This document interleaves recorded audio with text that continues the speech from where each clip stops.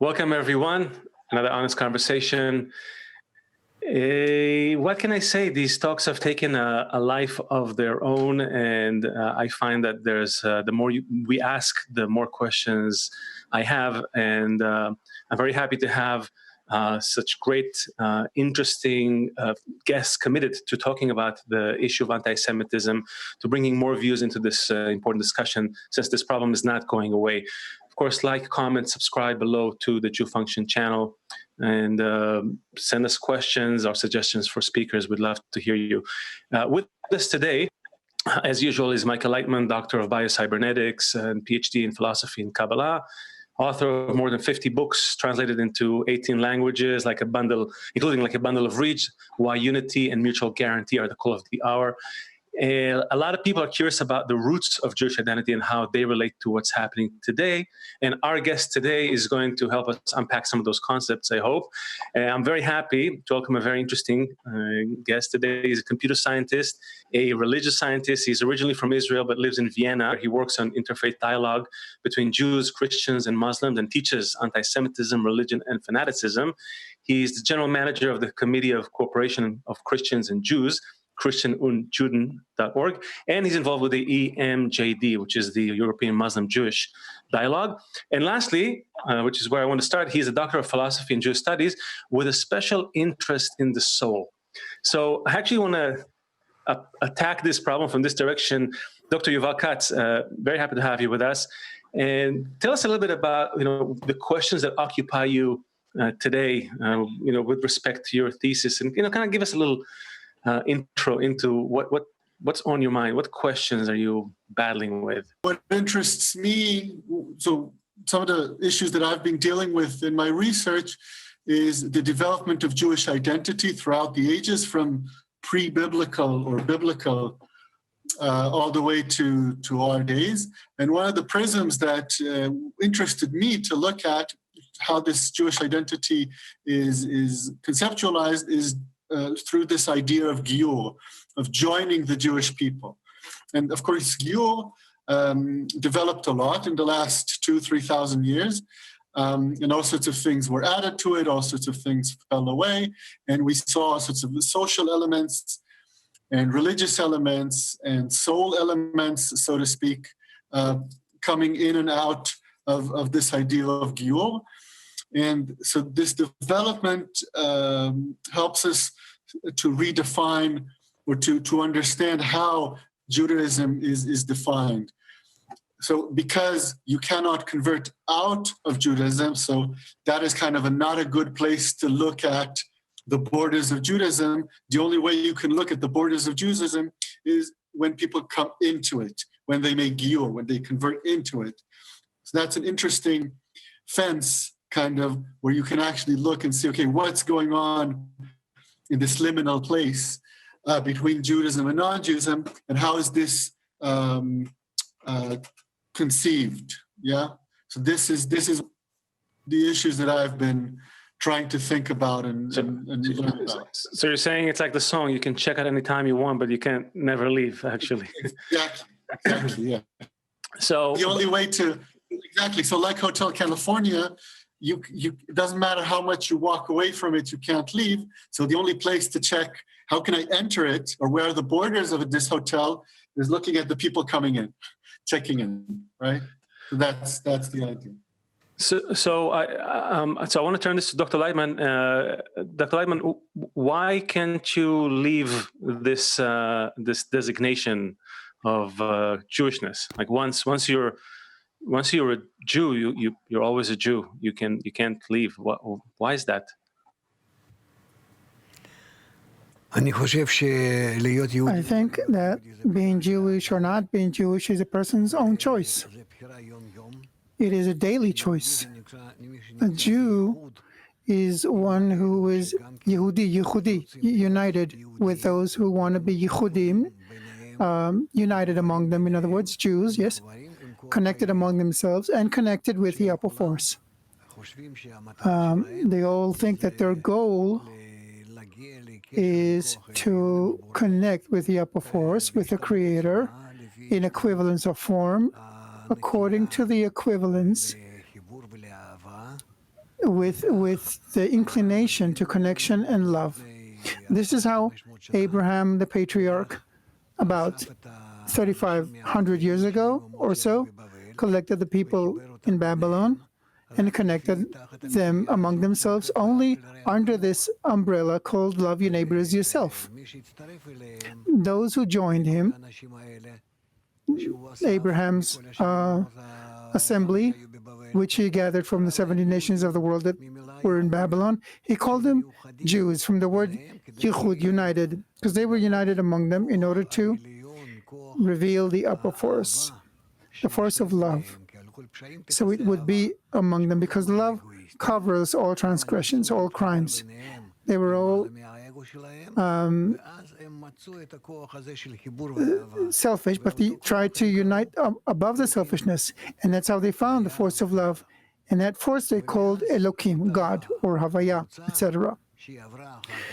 And that group, which afterwards went through the exile in Egypt, the exodus from Egypt, and everything we know from the Torah, etc. So that group is called the Jewish people.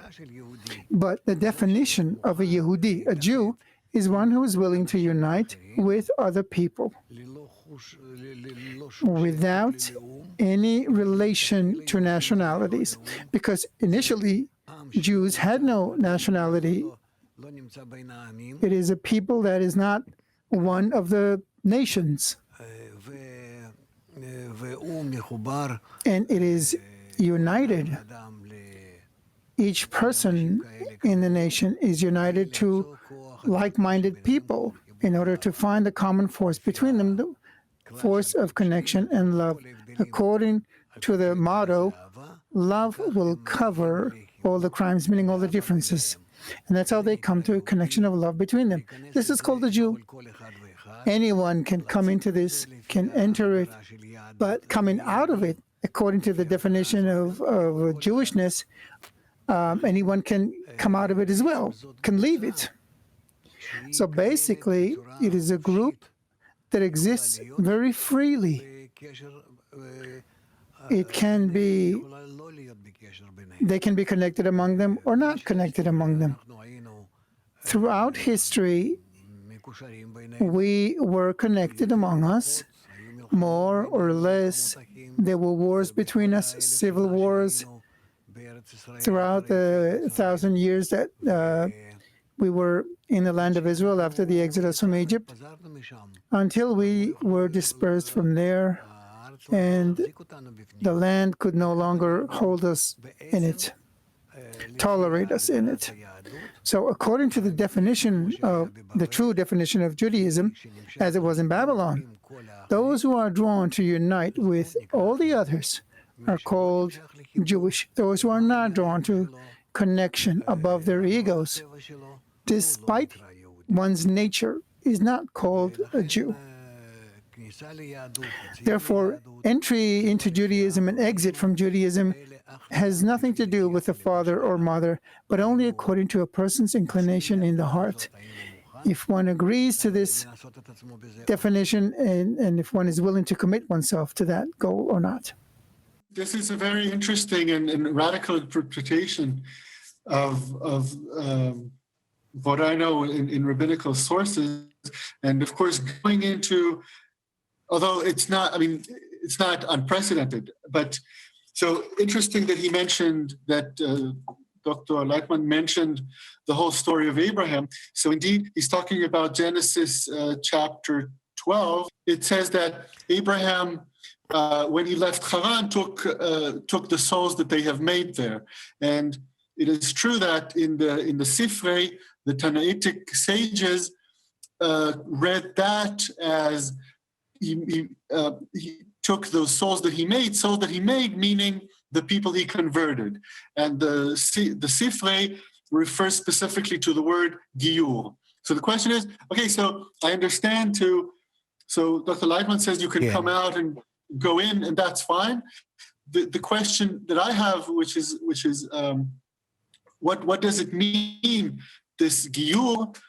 So we know that along the ages in the rabbinical tradition, if we look at the Talmud and so forth, so there's a few discussions about that. So does he see still a need when going in to Judaism to have any kind of a ceremonial aspect that we know, Tvila, Milah, all Kabbalat, all mitzvot? Right. Or does he see it as a purely sort of a spiritual thing? And so you can ask somebody, and if they say they're Jewish, and it's fine. So that's sort of the question that I have in this. Okay, so that's a good question. What does it take to become a Jew? Well, it's a very good question. It's a very serious, it's a little sophisticated and shrewd question. Because, first of all, I don't decide what happens today and how Judaism is determined today, whether you're a Jew or not, obviously. But we're talking about the basics. This is why I started from that. That, indeed, in those days, the days of the patriarchs, those things didn't exist. Although there was a brit, a circumcision, Sarah with Abraham, etc., and each one did it to his sons. But these are signs in the corporeal world that refer to the material, to the spiritual world. From the spiritual to the corporeal, yes? On the eighth day after birth, or the minute a person decides, when he decides for himself that he becomes Jewish, he has to go through the circumcision, the brit. This already comes from the sources. We see it immediately from Abraham. So, no doubt. And I agree with you that the All Torah Mitzvot is a later addition from the Gemara. But so what you wrote in לא, אני מדבר על עול תורה ומצוות, זה בשבילי זה דבר רוחני. When I talk about the burden of Torah and mitzvot, for me it's a spiritual thing that Abraham started with it, that this is what he demanded from all those who wanted to join him in Babylon. The Torah or mitzvot, commandments, means you engage in loving your neighbor as yourself. This is the major rule of the Torah. The rule that Abraham demanded of all those who wanted to join him. The fact that he set up a tent and invited people over, passers-by, etc. It was all in order to explain to them the basics of Judaism, which is love your neighbor as yourself. Those who entered it did it. And the inner sign, the spiritual sign, that a person refrains, abstains from one's ego, from one's egoism. The physical sign is the circumcision. The physical circumcision. I understand. So you wrote in the book Bundle of Reeds, so it's an interesting sort of relation to halacha, because you wrote about Mishnah and Talmud, which they have a spiritual meaning attached to their physical meaning. So the question is, in the future or even now, Of course, there's no doubt that our holy fathers, our great sages of the Mishnah and Talmud, they wrote everything with the Holy Spirit, meaning they had spiritual sensation and awareness, not only in this world. And out of the spiritual awareness, they wrote what they wrote. We have no doubt about it. Okay. All right. So the question is, should we still maintain both the physical and spiritual meaning? Because the physical meaning is ever changing, right? The Torah Shebe'al Peh, it's a oral Torah that keeps being updated according to the needs of the time. So where does this process have? Is it like Does it have a trend that you're seeing, like a way that it's going?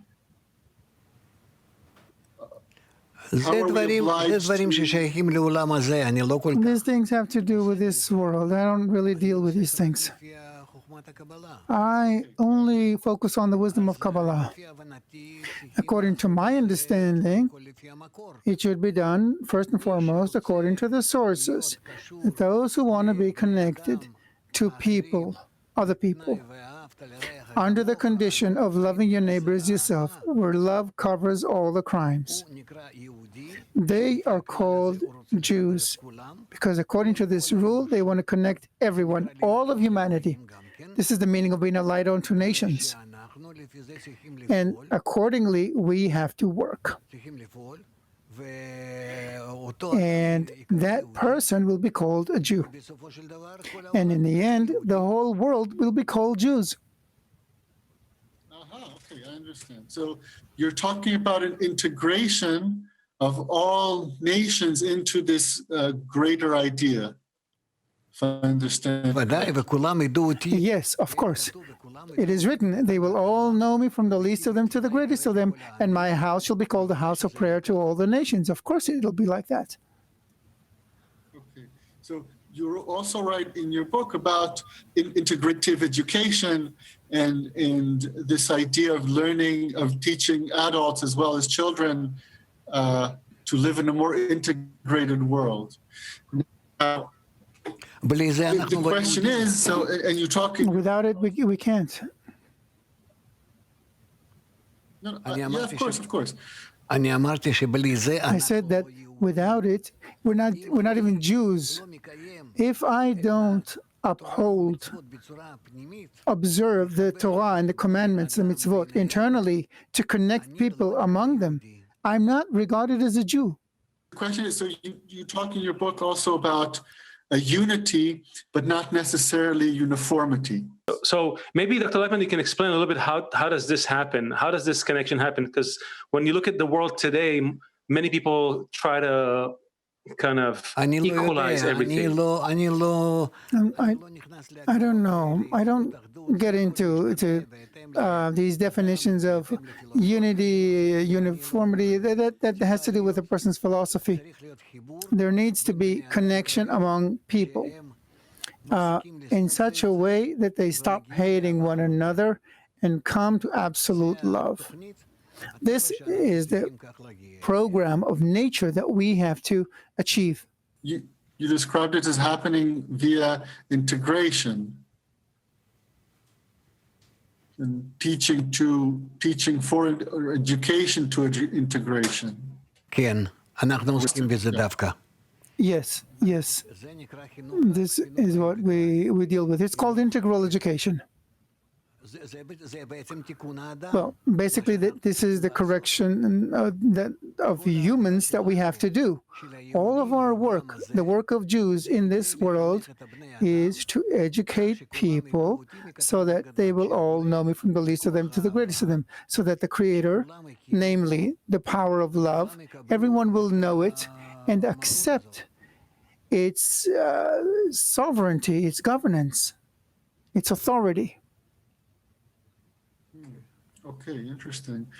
So the question, what I'm wondering is about how to find the balance between the individual and society, or between the individual and the ideal. Because as every engineer knows, when you're trying to integrate stuff, when you're trying to integrate two pieces of software or hardware and so forth, if they are not built to be integrated, you're going to have a bad time. You're going to have, and then you need to change one of your components. And the question is what is the best way, seamless way to create an environment where this integration happens? By subjugating ourselves, and then the upper force creates a connection between us.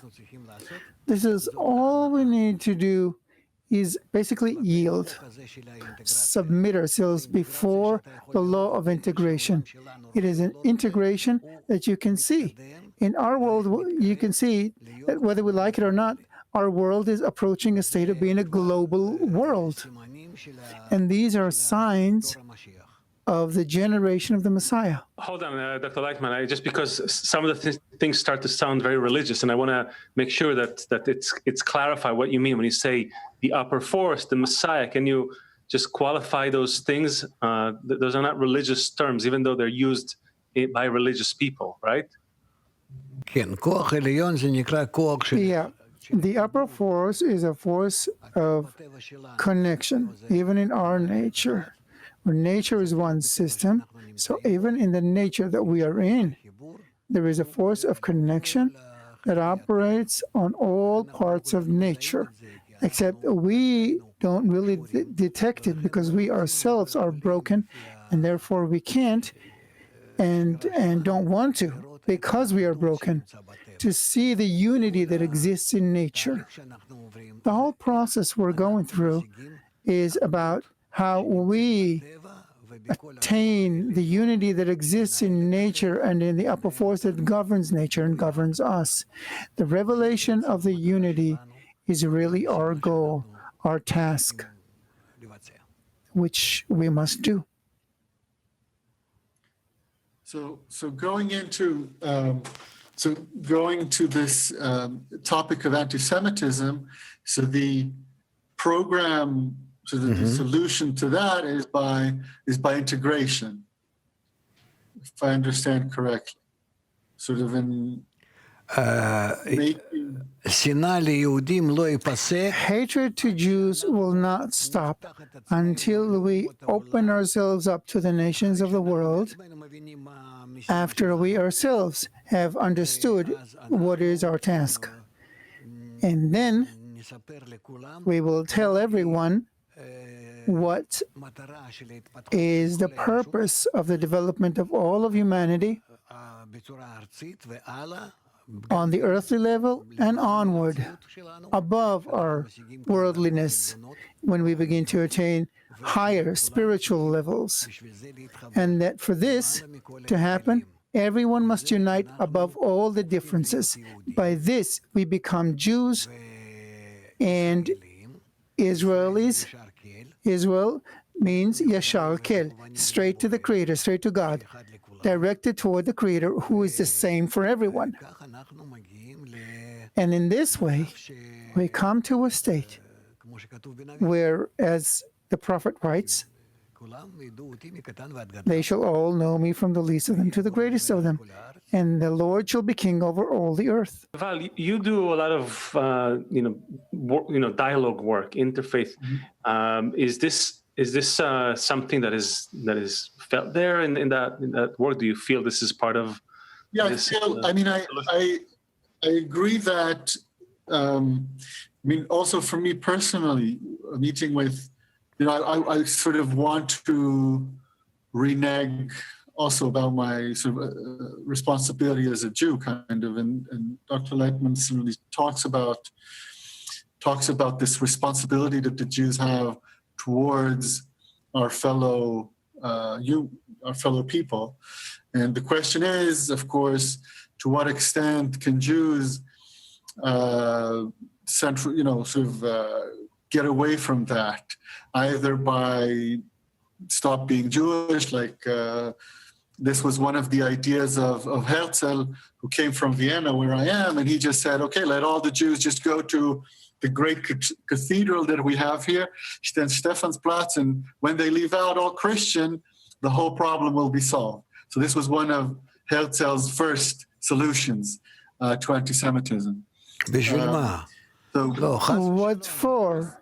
No, God forbid. No, that's Herzl. That's not me. That's not me. I don't agree with Herzl. Herzl. I agree with Herzl. Okay, but the question is, but I think the solution here being offered is, and the question, and this is what needs to be sort of seen as, is it that in reverse, kind of the whole world becoming Jews, like you said, and then the problem is solved of anti-Semitism. And the question, and then, לא רק בעיית אנטישמיות. כל Not only the problem of anti-Semitism, all the problems of the world will be solved by that because we are achieving unity of the entire human system. ולכן, כמה שאנחנו And therefore, the more we advance in our evolution את הקשר without creating connection among peoples, nations, then Judaism will be more and more hated, and anti-Semitism will intensify to such levels לא יאומן. that it will be unbelievable. It will not leave us. On the contrary, it will burst more and more. עכשיו גם כן. And now, too, we are facing an eruption of anti-Semitism that is very, very dangerous. indeed. But the question is if there is a place for the other to still remain the other. So in this integrated world, is there any room for non-Jews? That's my question, right? So if everybody becomes Jews, problem solved, okay. But if some don't want to become Jews, whatever Jew means, and it can mean anything. It can also, but whatever you suggest, I'm sure that there will be people who say, no, we don't want that. We want to remain non-Jewish, whatever, Buddhists or whatever, however you define Judaism. We do not want to integrate. We want to remain non-integrated. Maybe even ultra-Orthodox people, okay? We want to remain non-integrated. So the question is, okay, what do we do with these people? How do we refrain from too much authority? You're right. They will stay out of the game. They will be the last to enter in being the people of the Creator, the ultra-Orthodox. This actually started in the days of Abraham, because people's egos didn't let them accept the condition of love your neighbor as yourself as the primary principle. What can you do? This is what makes us stiff-necked people. I want to understand. I want to kind of frame it towards today. This is a special time. Dr. Laitman mentioned time of the Messiah, which we still need to qualify. We have all these massive changes. Coronavirus made the whole world kind of think in one direction. You have this rise in anti-Semitism. Where is it going? How do you see it getting better?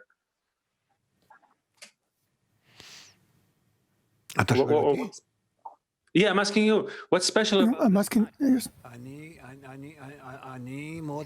I am very happy that I'm living at such a time when even the forces of nature are beginning to force us toward a general integration.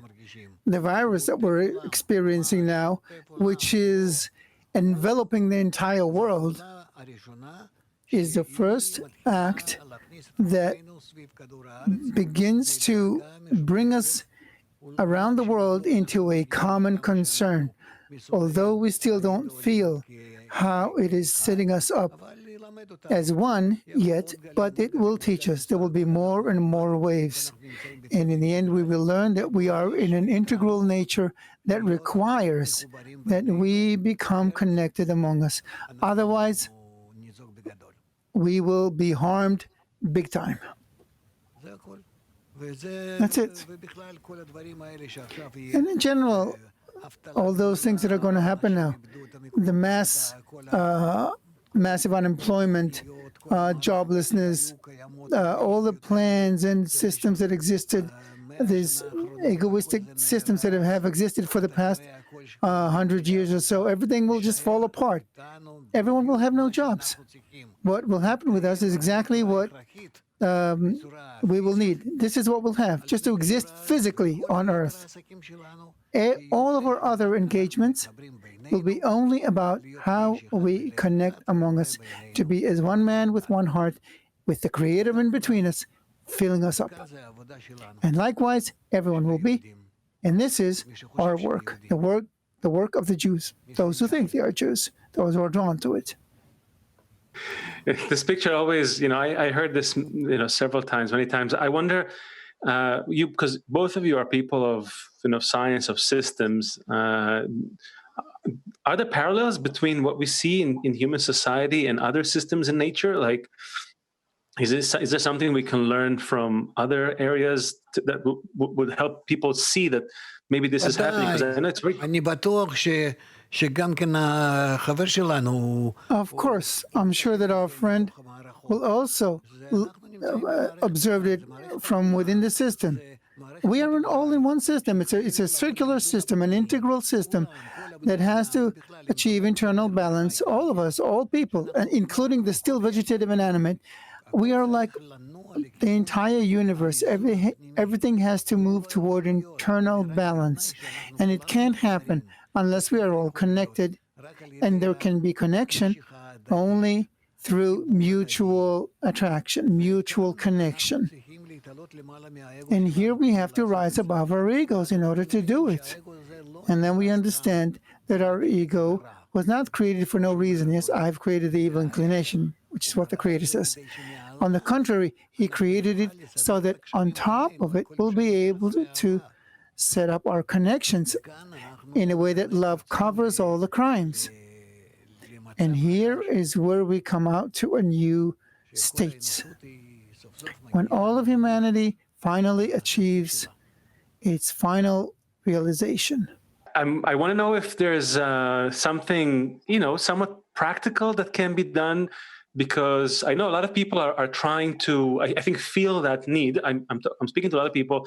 A lot of the people who've been here with us, they feel that need to be those catalysts of positive change, to bring people, to bridge, to build bridges above gaps. I see that, but is there are there some, maybe is it like an ABC, a manual that the wisdom of Kabbalah has to help that, to help build those bridges and make those connections that you're describing? Someone is listening to us and maybe he's, okay, what do I do? I want unity. Okay, how do I do it? מדריך למשתמש זה רק חוכמת הקבלה. A user's manual is only the wisdom of Kabbalah, because it talks only about connection and about nothing else. All the mistakes we make because we don't understand what it talks about. We think it talks about spirits and ghosts and demons and whatnot. It's not. It talks only about connection among people, only about that. So this is what we need. We need to set up the learning, the training, if you will, of connection within the people of Israel and in the nations of the world. And from my experience, I can tell you that I teach every morning thousands of people via the internet from every country in the world, including also countries like Iran, China, and anywhere. And it is thousands of people. You can come in and see. It's open to everyone. It's got translations and everything, simultaneous interpretation and everything. I think if we do this and open more and more such channels, we will quickly completely abolish anti-Semitism. Completely. If German people study with me, and French and Turkish and Arabs, well, everyone. So why not? Not to mention Jews. Thousands of them here in Israel and in America and Canada. I think there's no other approach, other way. Yes, Leo? I mean, we've seen those, a lot of Kabbalah conferences with people from all over the world get together. I'm curious, Yuval, the people that you meet, the Christians, the Muslims that you meet with, do any of these ideas that were just brought up today, do you feel like they might resonate with them? Is this something that can be? The question is, how do you approach this conversation? And to my mind, the conversation... רק אפשר, אם אני יכול להוסיף, רק דבר אחד. But if I may add just one more thing. The wisdom of Kabbalah says very simply, it is written that each one can remain in his corporeal religion, whatever it is. The wisdom of Kabbalah relates to corporeal religions as to customs, just customs. There has to be love your neighbor as yourself above everything, as an overarching rule. Please, Yuval, sorry.